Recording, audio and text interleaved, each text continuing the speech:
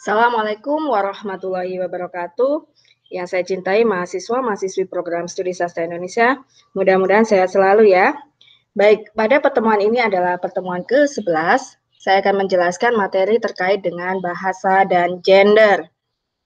Nah, sebenarnya yang akan kita bahas pada pertemuan ini adalah tentang hubungan bahasa dan gender. Jadi bagaimana hubungan bahasa dengan gender itu. Yang kedua adalah faktor perbedaan bahasa pada perempuan dan laki-laki.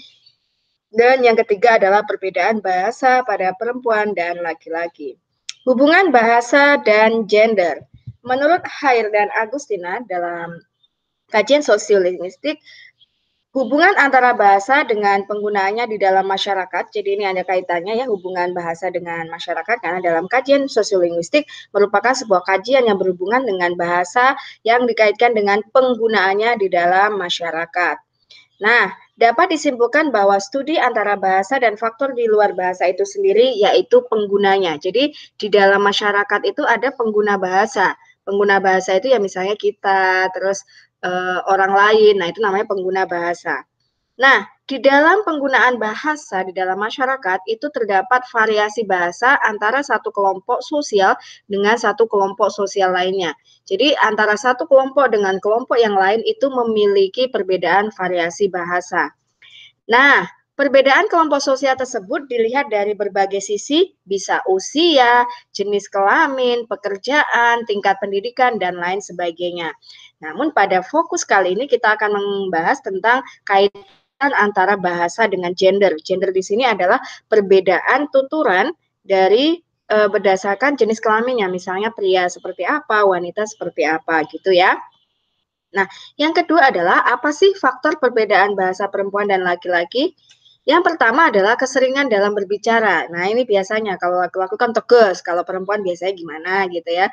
Kemudian ada konstruksi pergantian bicara dan interupsi.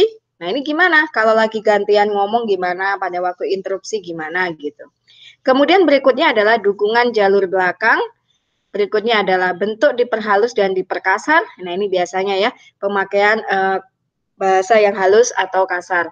Dan yang terakhir adalah pengembangan topik.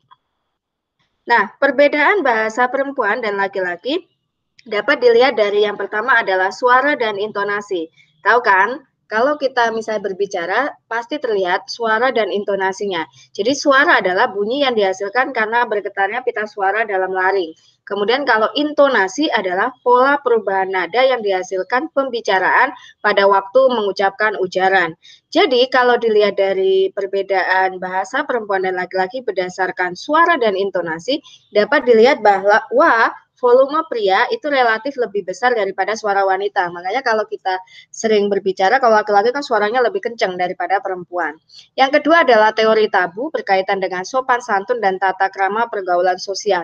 Jadi, orang yang tak ingin dianggap tidak sopan akan menghindarkan penggunaan kata-kata tertentu. Nah, kalau wanita lebih banyak menghindari penggunaan kata-kata tabu gitu.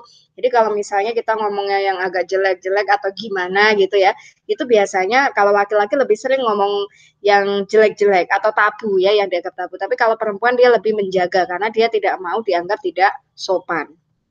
Ya, demikian yang dapat saya sampaikan untuk pertemuan 11 kali ini terkait dengan bahasa dan gender. Kurang lebihnya mohon maaf. Wabillahi taufik wal hidayah. Wassalamualaikum warahmatullahi wabarakatuh.